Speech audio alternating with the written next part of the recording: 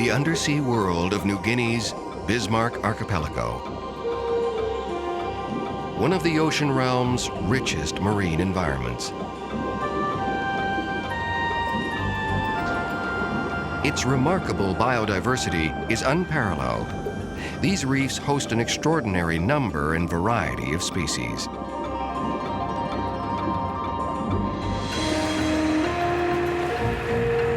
Today, we'll explore the fascinating waters of New Guinea's Bismarck Sea.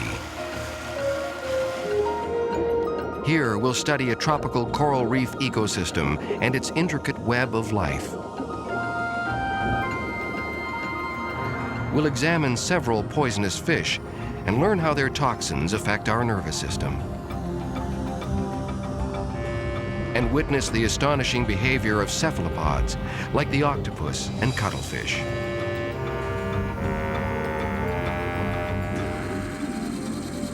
We'll highlight efforts to protect New Guinea's fragile coral reefs with permanent moorings.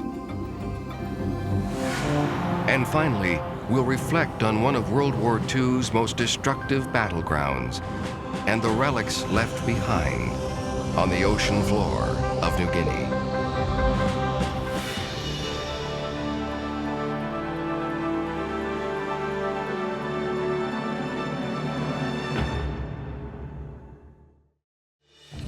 New Guinea is the last in a chain of islands lying between Southeast Asia and the vast Pacific Ocean. In September 1994, major volcanic eruptions buried the scenic seaport of Rabaul in several feet of ash.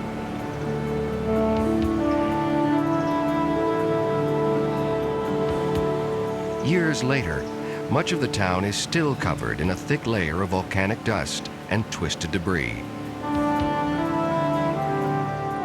The volcanoes that surround the harbor are still active, randomly spewing ash into the air. Eons of violent tectonic activity created a foundation in New Guinea for an extremely rich and diverse undersea landscape.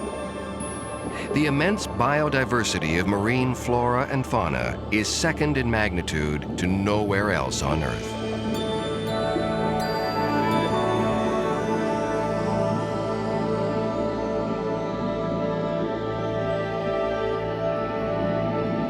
Over time, volcanic action has formed countless undersea mountains, pinnacles, and reefs, many of which lie just below the surface. Nutrient-laden waters, fed by geothermal action, rise upward, fostering a rich smorgasbord of tiny marine animals. These planktonic species form the first link in a thriving marine food chain.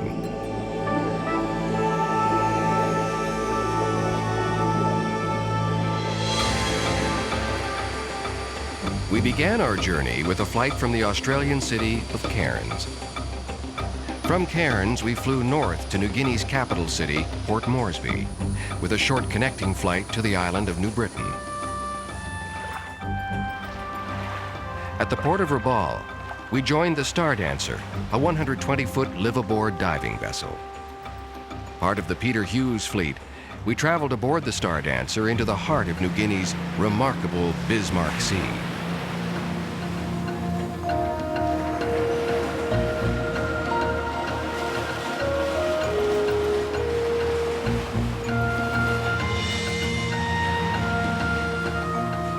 The Bismarck Sea is one of the last pristine undersea realms left in the world.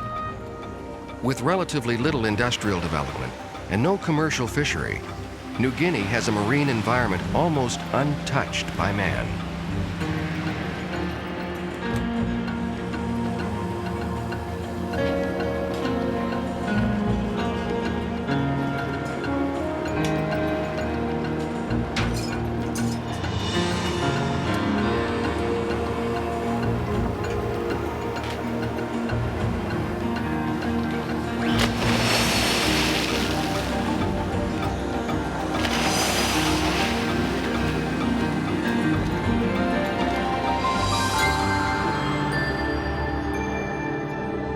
New Guinea's reefs are an explosion of species, remarkable examples of intact, healthy coral reef ecosystems. Vast undersea armies of schooling tropical fish patrol these reefs. Most feast on plankton that rises from the cold, nutrient-rich depths.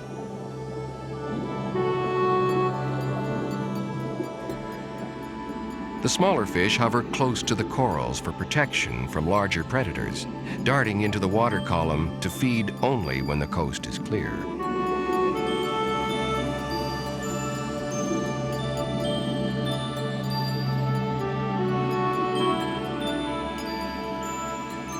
Colorful anthias are one of the most conspicuous species on the reef. These fascinating fish have a unique way of dealing with predation. When a male is killed, a female will change sex to replace him. Dominant males may then preside over a harem of dozens of females. Damselfish never stray far from the protection of their reef home.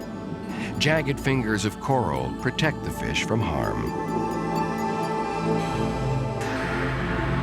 Some of the most attractive and curious animals on the reef are anemone fish, more commonly known as clownfish.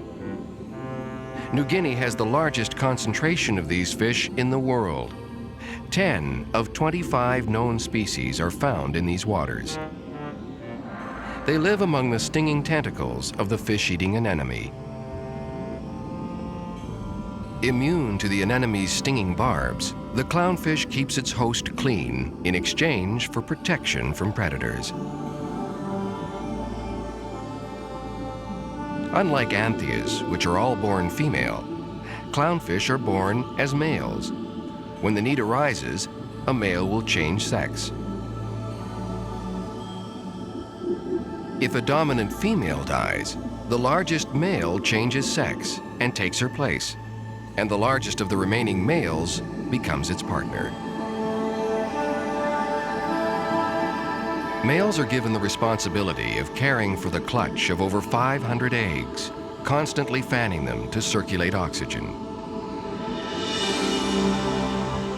When an anemone traps a fish, it closes its tentacles into a tight ball, leaving only a small area for their tenants to hide. These agitated pink clownfish are now more vulnerable to predators.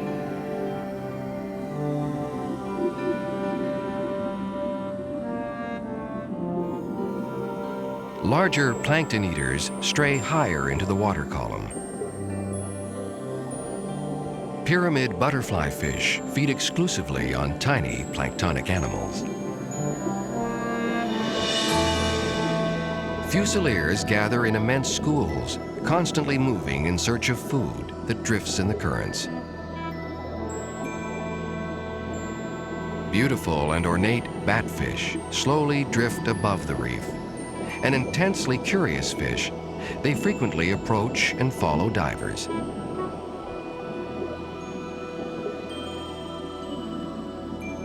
Closer to the top of the food chain, larger and faster predators are on constant patrol.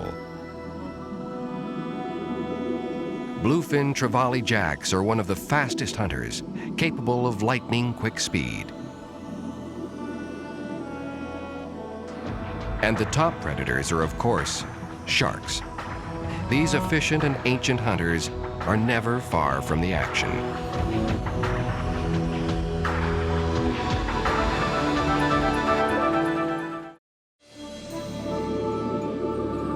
Back on the reef, countless invertebrates filter the water of plankton. The giant clam can grow to hundreds of pounds. It continually siphons seawater of microscopic animals. Crinoids, more commonly known as feather stars, are some of the reef's most colorful residents. Every hue of the rainbow is represented with this distinct species. Gently waving in the current, feather stars efficiently trap tiny animals as they drift by. No other fish or animal is known to feed on feather stars.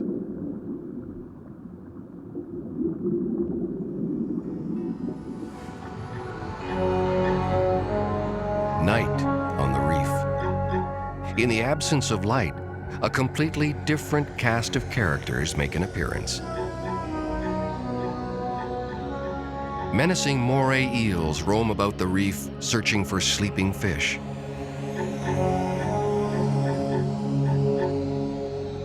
A lizardfish bears a striking set of razor-sharp teeth.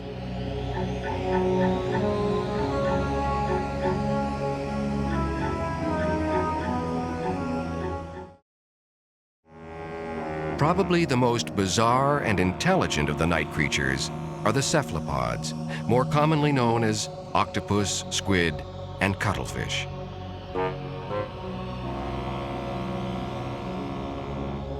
These wily invertebrates depend on their mastery of stealth and disguise to survive. The octopus has a larger brain size to body weight ratio than any invertebrate.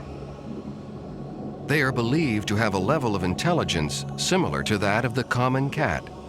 High praise indeed. True masters of disguise, octopus, squid, and cuttlefish are able to change color and appearance in an instant.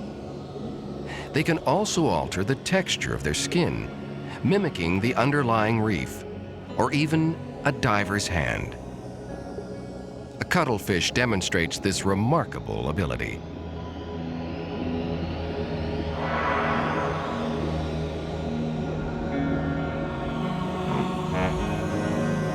The octopus uses its 8 arms to crawl along the reef, and when in need of greater speed, can expel water from its body cavity.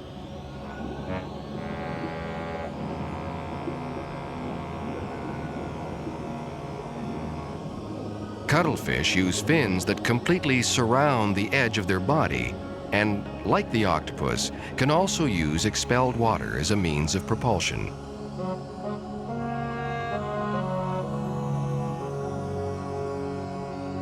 Intelligent and alien, colorful yet mysterious, cephalopods never cease to amaze us.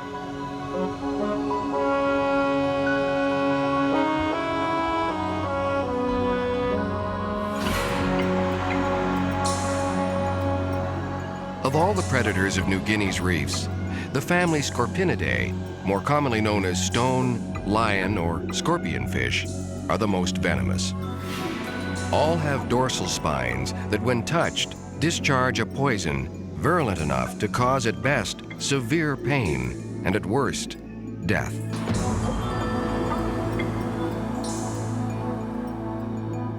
This mechanism is merely a defense, as most members of this family are ambush or decoy predators. Many are indistinguishable from the reef. They lie in wait patiently for an unwary passerby who veers too close to their cavernous mouth. Others are more flamboyant in appearance.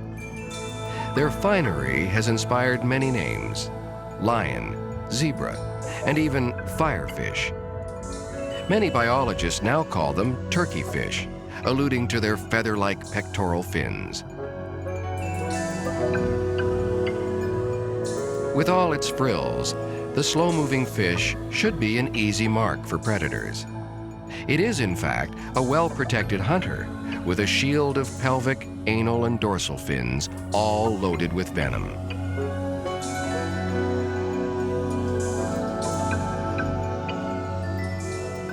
The demon stingerfish has pectoral fin rays covered in hard cuticles, which allow it to walk along the bottom.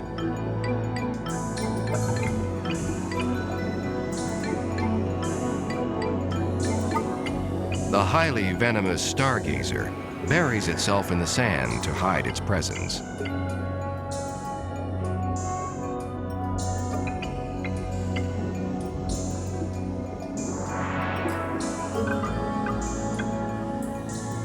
Perhaps the most ornate of the scorpion fish, the Rhinopeus, is easily one of nature's most eccentric creations. This family counts more than 300 species worldwide, ranging from extravagant beauties like this turkeyfish to the nightmarish stonefish, the most venomous fish in the world. There's one particularly beautiful but really dangerous family of fish. They include the stonefish, the scorpionfish, and the lionfish. Of this family, the stonefish are clearly the worst. Very well hidden, very well camouflaged, and the venom is incredibly toxic. People describe wanting to commit suicide or have themselves be put out of their misery when they get a stonefish envenomation. The scorpionfish family, the type of toxin you get, mostly acts on the nerve. Some stimulate the nerves, and that causes the intense pain. In the really bad envenomations, particularly a stonefish where you stop breathing, or with a cone shell envenomation, they're really acting on your nervous system. They basically suppress it, and you literally lose the ability to breathe. The scary part is you are wide awake. You may not be able to breathe. You may be laying there like a rag doll, but you simply are unable to breathe. The cone shell, for example, is one of the most poisonous things that you can actually get stung with, particularly in the Western Pacific. On a milligram per milligram basis, it's probably the deadliest toxin we find in nature. The cone shell toxin, if you do manage to get stung, let's say you pick it up, the greatest risk is that you'll stop breathing. The risk is greatest the bigger the cone shell and the smaller the person.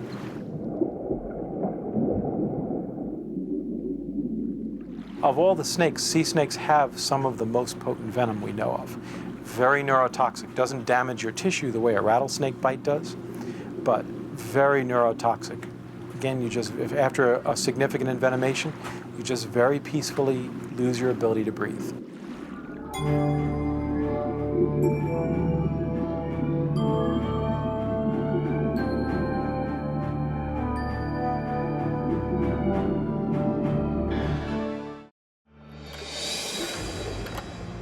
One of the many problems facing tropical reefs is anchoring.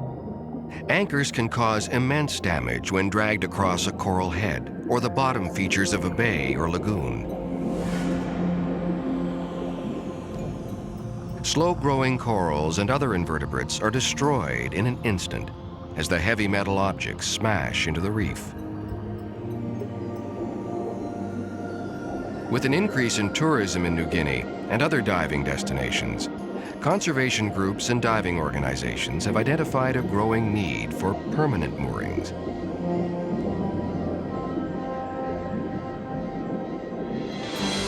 With a mooring pin like this stainless steel ring, larger vessels can safely tie onto a reef without causing any serious damage.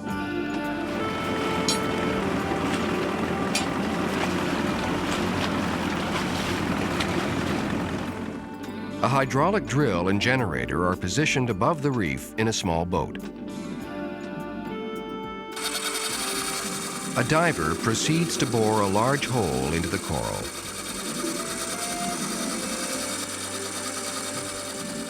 Powered by water pressure, the drill slowly carves into the reef.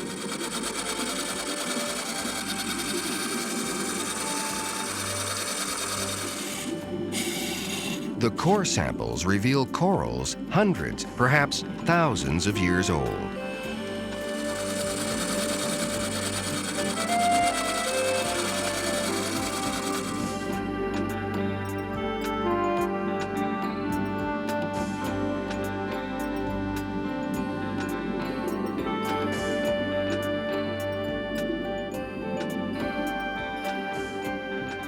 Quick-setting cement is brought from the surface to seal the pin in place.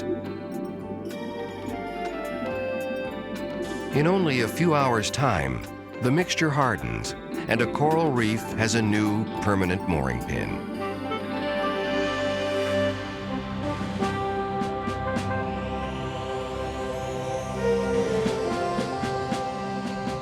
The roughly 20,000 square miles of the Bismarck Sea are a stark contradiction. One of the most beautiful undersea realms in the world, they hold a dark secret from the not-too-distant past.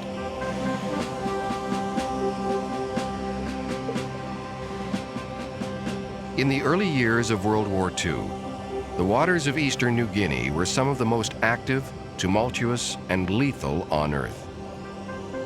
Thousands of ships and aircraft were lost in fierce fighting between the Japanese and the Allies.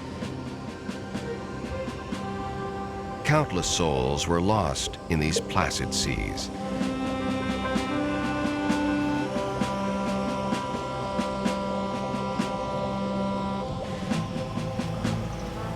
Intricate cave systems carved in the limestone cliffs surrounding Rabaul are reminders of the Japanese occupation.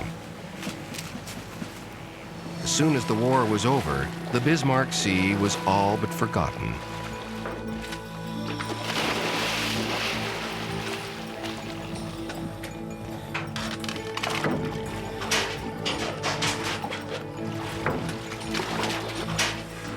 With the advent of diving tourism in the last decade, these remarkable ships and aircraft are seeing new life as teeming artificial reefs.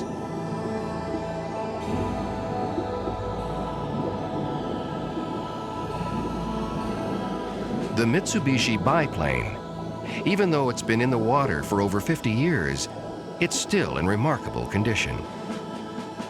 Used for low-level reconnaissance, the slow, outdated plane was no match for more modern fighters. Its fixed wings are still intact, now hosts to encrusting invertebrates.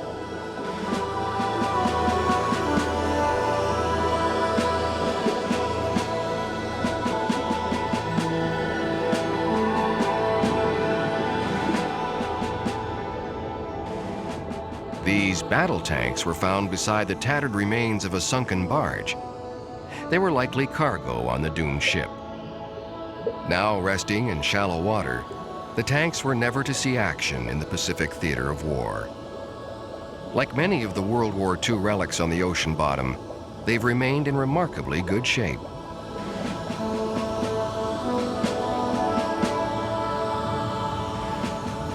This merchant ship was bombed from the air by American fighters. Her captain, sensing that the ship was destined to sink, tried to ram the bow into the shoreline. Most of the crew were able to swim to safety, but the hull slid down a steep wall, finally stopping in almost 200 feet of water. Tattered relics and debris now litter the rusting decks of the ship.